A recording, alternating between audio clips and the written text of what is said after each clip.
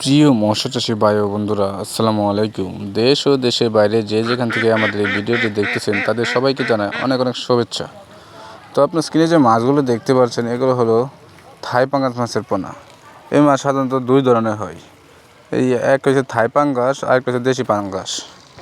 এখন থাই পাঙ্গাস কীভাবে চিনবেন? থাই পাঙ্গাস উপর দিক থেকে কালো হয় আর লম্বা আকারের হয়। এই থাই পাঙ্গাস মাছগুলো আমরা সারা বাংলাদেশে হোম ডেলিভারি করে থাকি। এমনকি আপনি চান আমাদের লোকেশনে এসে মাছগুলো সংগ্রহ করতে পারেন।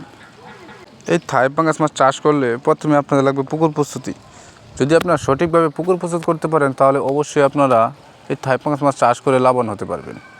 আর যদি সঠিকভাবে পুকুর প্রস্তুত না করতে পারেন তাহলে এই মাছ চাষ করে লাভবান হতে পারবেন না।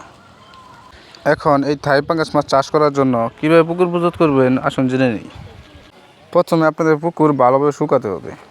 এই শুকানোর পর পুকুরের চারপাশে যা ময়লা আবর্জনা আছে তা অবশ্যই ভালোভাবে পরিষ্কার করতে হবে। ভালোভাবে পরিষ্কার করার পর পুকুরে সমিথন বা সার বা চুন দিয়ে ভালোভাবে তারপর 2-3 দিন পর পানি ঢুকাতে হবে। এইভাবে যদি পুকুর প্রস্তুত করতে পারেন তাহলে অবশ্যই আপনারা এই মাছগুলো চাষ করে লাভবান হতে পারবেন। এই থাই পাঙ্গাস মাছ কীভাবে চাষ করবেন বা এই মাছের রোগবালাই হলে কী করণীয় বা এই মাছগুলোকে কীভাবে খাবার প্রদান করবেন তা সকল পরামর্শ দিয়ে থাকি আমরা। আপনি যদি চান আমাদের স্ক্রিনে দেওয়া নাম্বারে যোগাযোগ করে সকল তথ্য নিতে পারেন।